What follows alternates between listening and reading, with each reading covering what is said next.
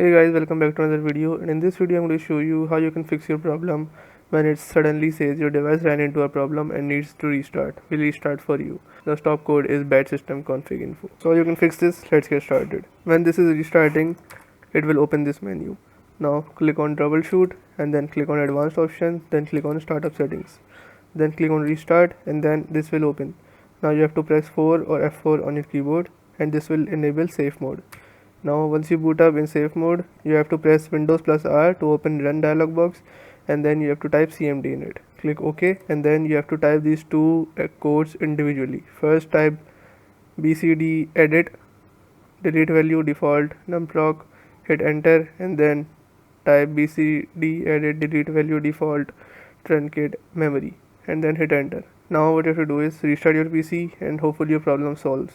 If your problem still occurs, so make sure to comment down below so we can bring a detailed guide on this video. Alright, that's it for today's tutorial.